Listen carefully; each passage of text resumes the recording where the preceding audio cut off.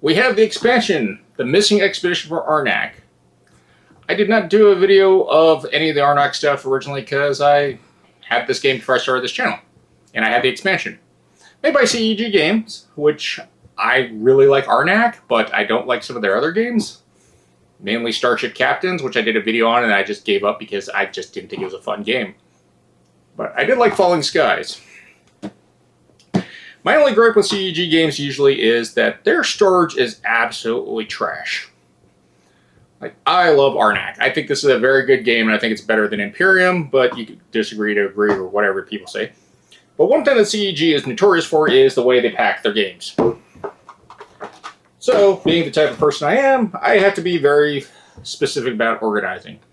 And people that know me know I like to make inserts or put inserts to organize stuff. The Arnak box is too small, and I held off making an insert when this was announced because I wanted everything to fit because it's part of my weird OCD. So with that, let's get to The Missing Expedition. So, we have 6 chapters, 6 unique challenges. We get to unlock content, fully replayable. 56 encounter cards, also usable in standard and multiplayer, and much, much more. But we get 2 new leaderboards, new assistants, guardians, archaeological sites, idols, and more. We do have 2 new temples, I do like that. And we have 21 handy items and 13 mysterious artifacts. Interesting. Expand the standard Arnak base game for 1 to 4 players, or play solo or 2-player co-op campaign. So that's different. So, because I love Arnak, I was waiting for this to come out, and I have to say I do enjoy that CEG game is willing to take the risks and not go on Kickstarter to get pre-orders. It tells me that they're pretty confident that they built a good product. And back to how CEG packages stuff. They just kind of throw everything in a box. They don't even give you an insert, which I guess is fine, because most companies don't give you a very good insert anyways. So as you can see, nothing, no art, no extras. CEG is pretty bare bones. Got our deck of cards. We have 4 red explorers that I don't think go to anything. This one little dial thing. The campaign book that was conveniently packed on the back that says, read this first. We have our advert for code names with an app now. Galaxy Crusher, Pitchman, Starship Captains, Letter Jam, and of course, Arnak. We now have The Missing Expedition. Read this book first. So, we have 21 items, 13 artifacts, 4 new assistants, 3 guardians, 8 idols, 5 new sites, 4 level 1 sites, and 1 level 2 site, encounter cards from the campaign, 56 encounter cards, 2 waterfall tiles, new research tracks, and we have expedition leaders that have things like the journalist and mechanic that have some interesting things that it looks like it adds, especially the mechanic. 2 random roll tokens, 12 chapter overview cards for the campaign, fog and tile card, 2 pigeons, research rewards overlay, 4 archaeologist figures in red, a pad of campaign sheets, and the new rules on the setup. How to set up the journalist, how to set up the mechanic, prospector and traveler.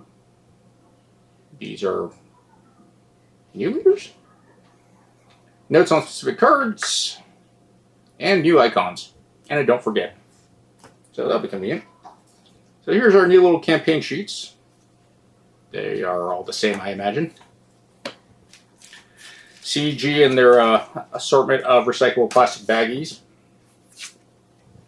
New reference cards for the new characters. Always appreciative. So here's our new overlay that I'm guessing we put over the old overlay for the temple. Ooh, adds new stuff. So you're going up a waterfall to a temple that's hidden on a lake, I guess. And then we have, I guess, the Erd Tree. From the caves all the way up to the Erd Tree. Alright. So, our new tiles. Level 1 tiles. We have a compass and I don't know what that icon is. So these are 4 level 1s. We have a new enemy, some type of dinosaur as always. this really cool dial that the mechanic apparently uses. Some mechanic stuff. Our 4 new guides. Burn a card, draw a card, do something with engineering, upgrade a resource or a boat or a compass on a boat, compass on a boat, compass and gold, kill an enemy, tablet or travel. So that's pretty neat. Our new boards with a bunch of icon stuff, new idols. The pigeons are fast actions. So we have the engineering board here. Look at that. That's kind of nice.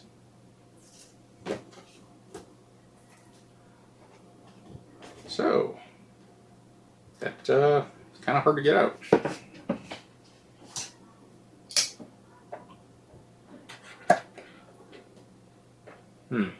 That's not great. So we get the monkey and 8 of whatever these things are, and I guess they go here. And we have this. A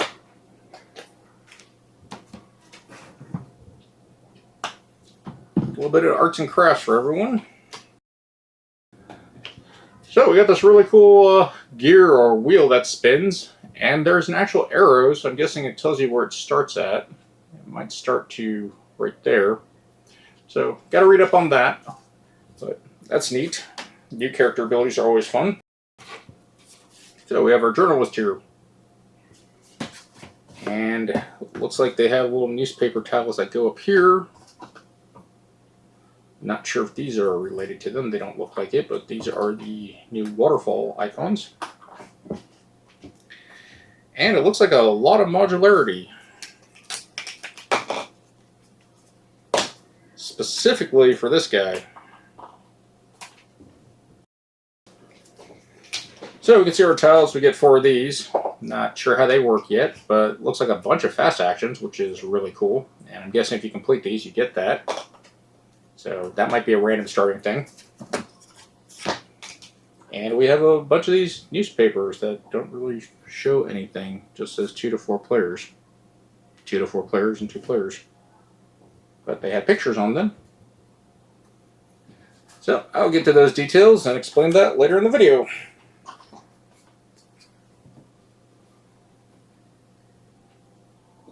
Wonder if this goes to the Discovery Track overlay. No, it's just another overlay to put on it. Oh, that seems neat. So 14. So that'll be a lot of fun stuff to read and see how this goes.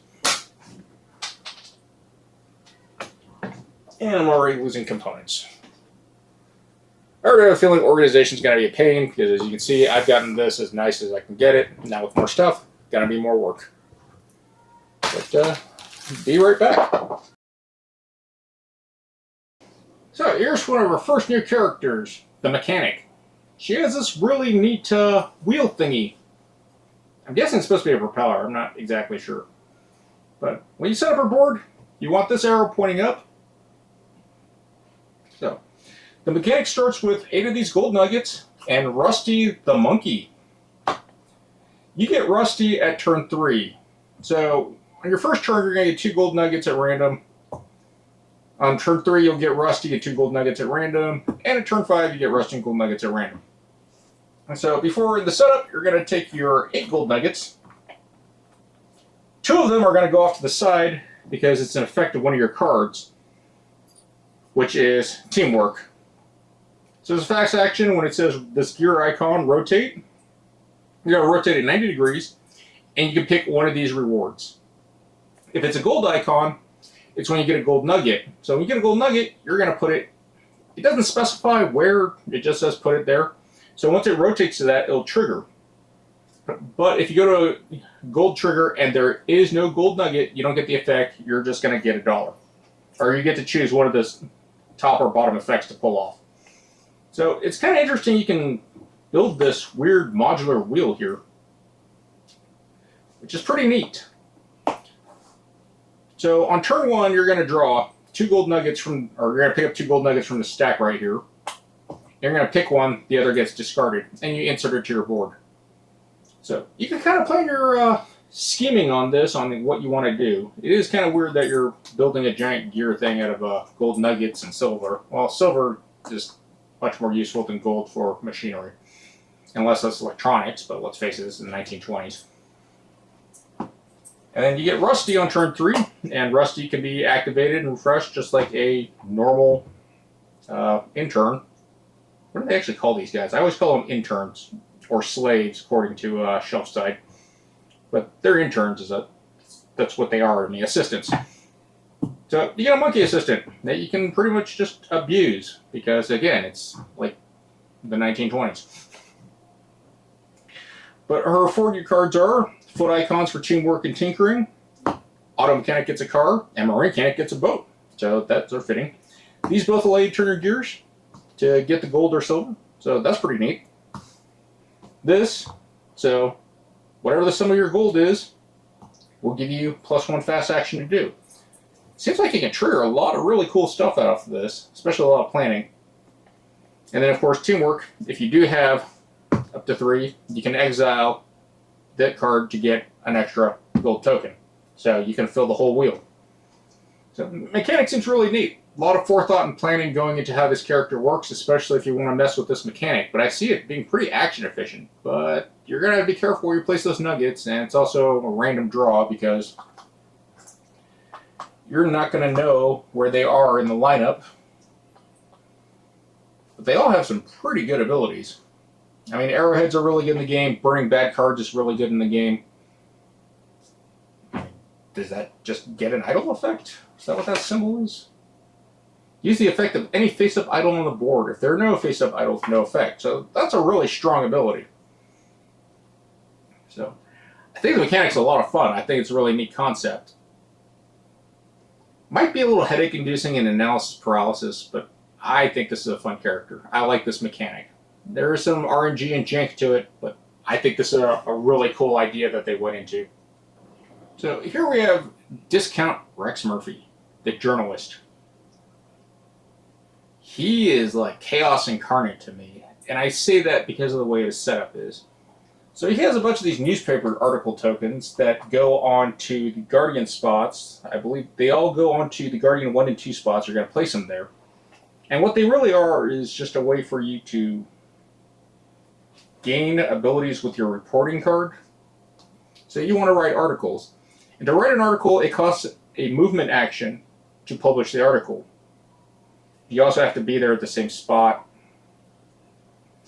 And then you're going to put articles up in the notches up here. And depending on your player count, these are basically articles that you can just write hanging out in camp. You don't have to go anywhere to write these.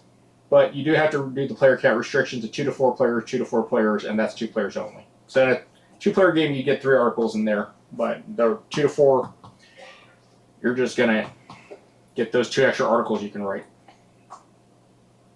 They also have a weird thing about the journalists on the track. So on the research track, they get to apparently write stories before they know all the facts. So fake news, anyone? So because of that, they can research 1 higher than their notebook above their magnifying glass. I don't know how powerful that is, and there's a little reminder there, of course.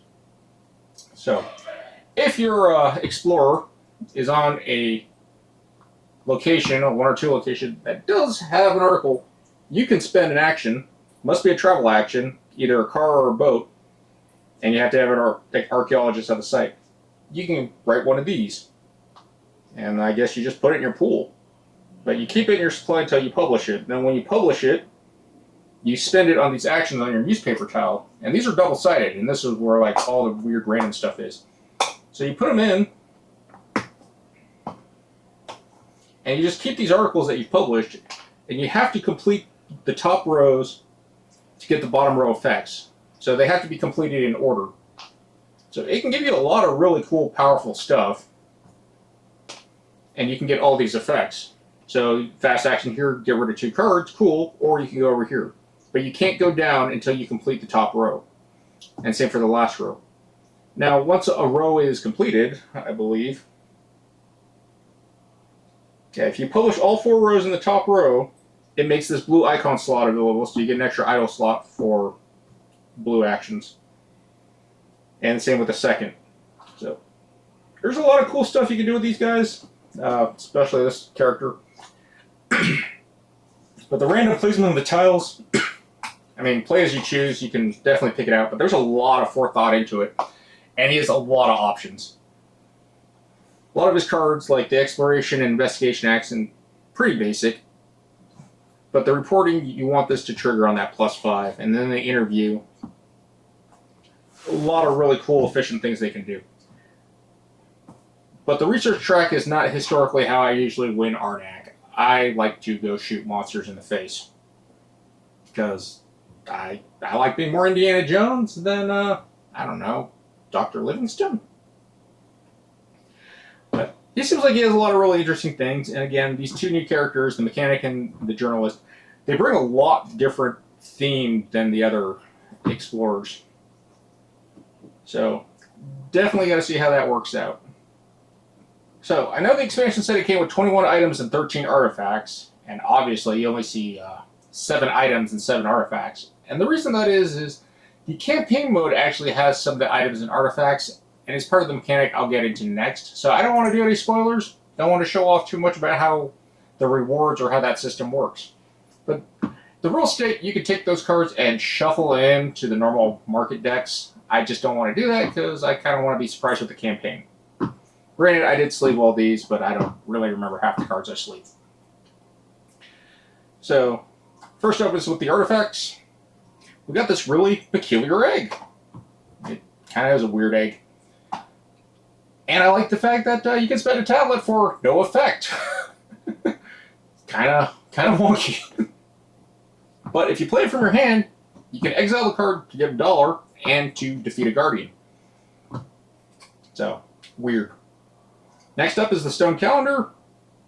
So when you buy it or you spend an artifact, you can pass the start of the round with an additional card. So that seems really cool. Then we have the dark statuette. Look at the entire deck and return all fear cards. Then keep 2 and discard the rest. That's actually really strong in my opinion. Except you're just going to get a bunch of fear cards. Unless you're capable of getting rid of them. Next is the stone feather. Draw a card, get a tablet. Then you place a tablet on your journal. Then when you reach with your journal, when you research with your journal, you can gain all those tablets on there. So you can stack a lot of stuff on there. Seems kind of action efficient. Especially since this ability, you're basically paying a tablet to get a tablet back and an extra card draw. Next is get 2 compasses, which is really strong. I love the Guardian Hatchling because compasses, I love spending compasses to travel and buy artifacts.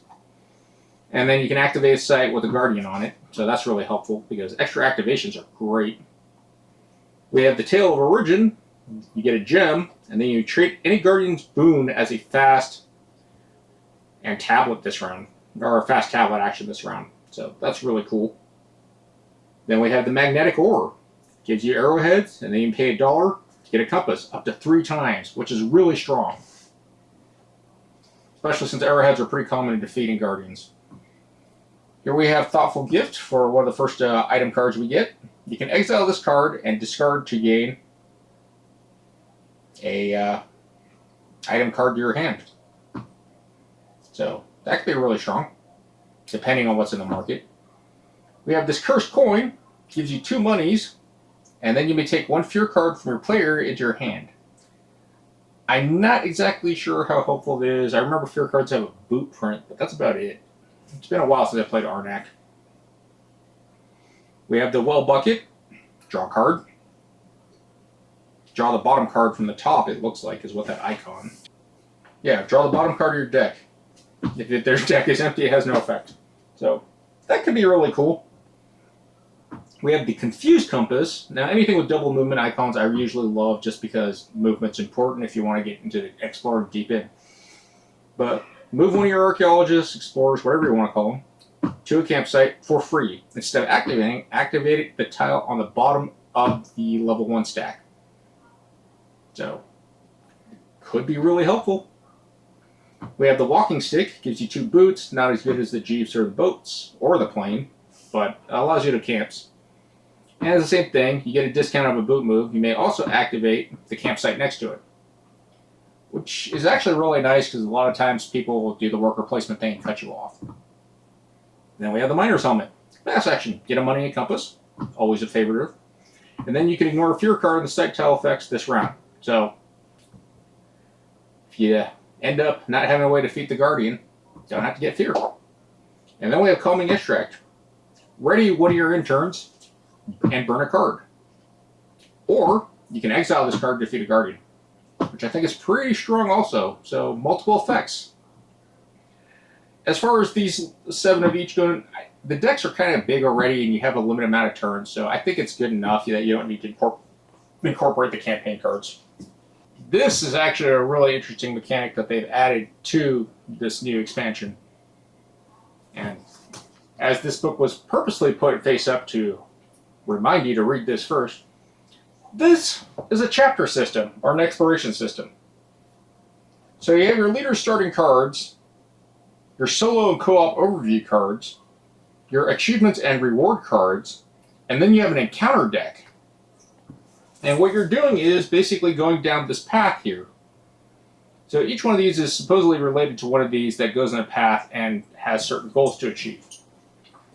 So in the campaign book, it tells you not to read past page 6 because everything has a setup. But it tells you how to do the solo play or 2-player play. So the chapter icon is up here. How many guys there are is how many players there are. And then starting resources. Player 1 gets 2 money and player 2 gets some money and a compass. There is also a rival, which is what those 4 extra red figures are for. And then in a 2-player game you get pigeons that can be used to send your partner 1 resource. So pigeons are fun, I guess.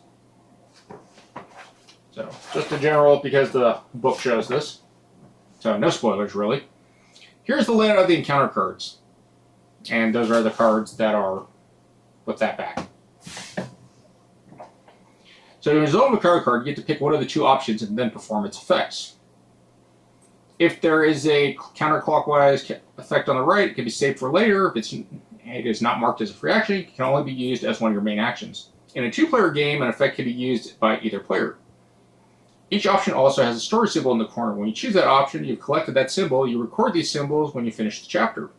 Keep track of your symbols. Slide the encounter card under the overview card from the left to right once you keep it, used its effect. So only the symbol is showing. So you have these achievements. Each chapter offers 3 items or artifact cards that can be earned during gameplay. When you meet the chapter's requirement for the card, you gain the card at the top of your deck.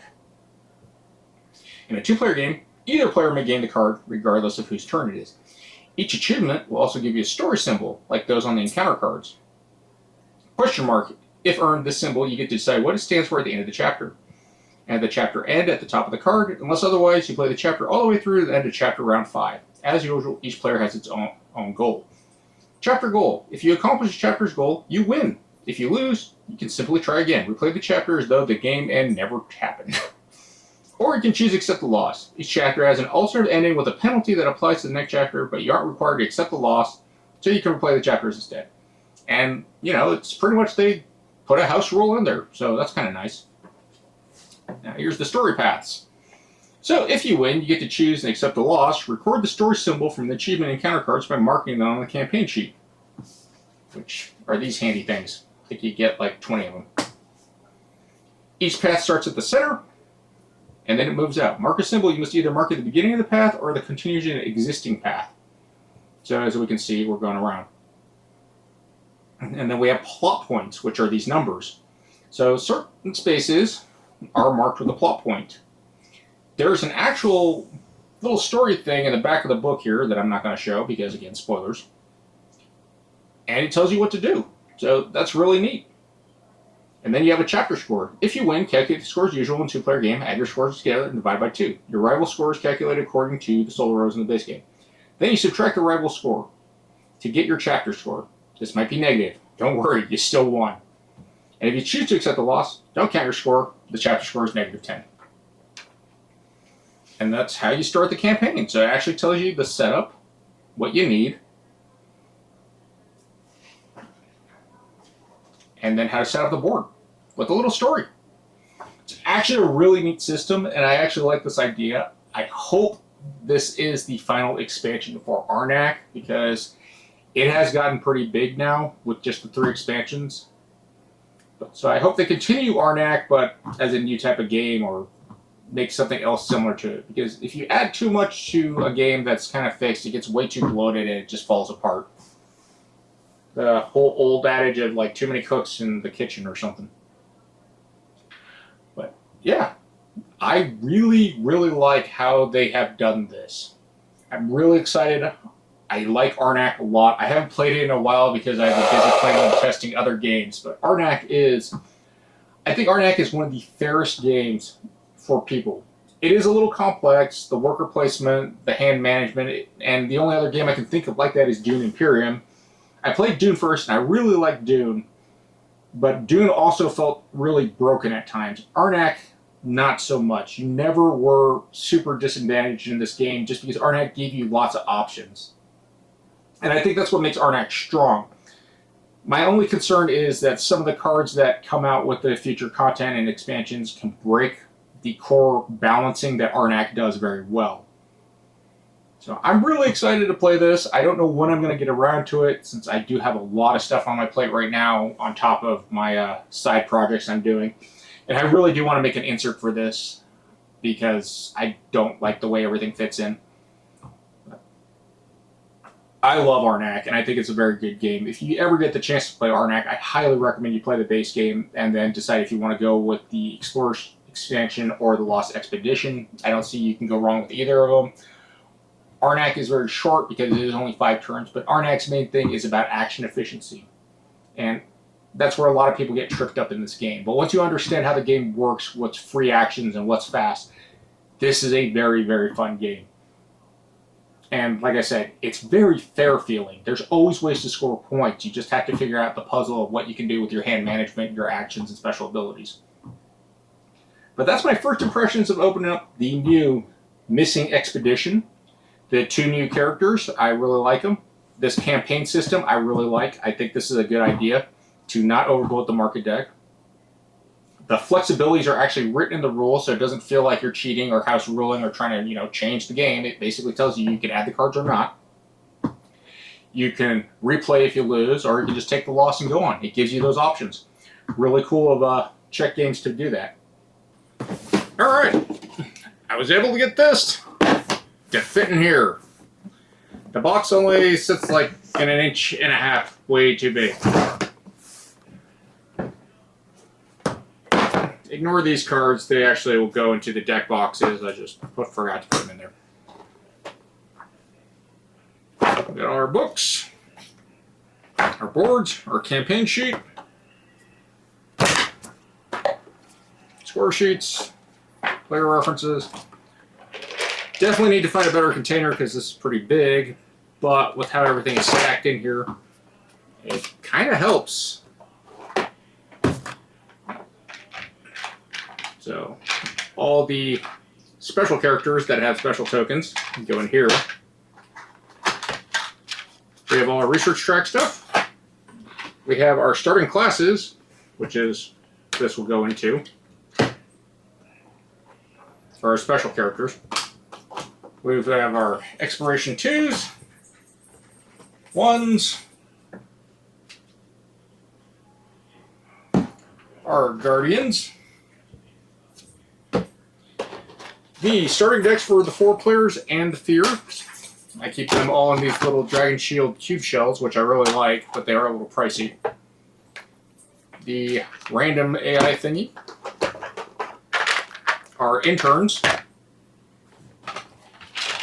All our resources, except for these, again, more special tokens that don't fit in that little box. I actually really do like these. They're made by, I forgot the name of the company. They're really expensive, but they fit perfectly in the resource slot. And you just pick it up and put them out. They're really helpful for quick organization. Some more reference cards for special characters. believe this is only for campaign mode. I need to find a way to put all the campaign mode. Maybe I'll keep the campaign mode in a different box. But yeah, our 2 new characters, their boards are way bigger than the original 5 that came with the first expansion. So that's kind of the reason why everything's kind of janky.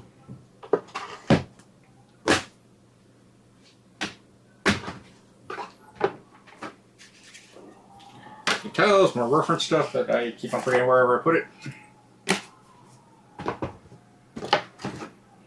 Our bottom board, our main board, our 2 stabs, and this new fog/flood token that's used for the campaign. So you can get everything to fit in it. Not well, but it works. Probably have to put like a rubber band around it. But yeah, CEG just, I don't know why their packaging is god awful. But everything will fit in the box, just not great.